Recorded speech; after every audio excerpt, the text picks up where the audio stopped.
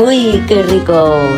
Bueno, pues si os ha gustado esta receta, podéis darme un like, hacer algún tipo de comentarios y suscribiros a mi canal. Y no olvidéis activar las campanitas. Bye bye. Give it to me like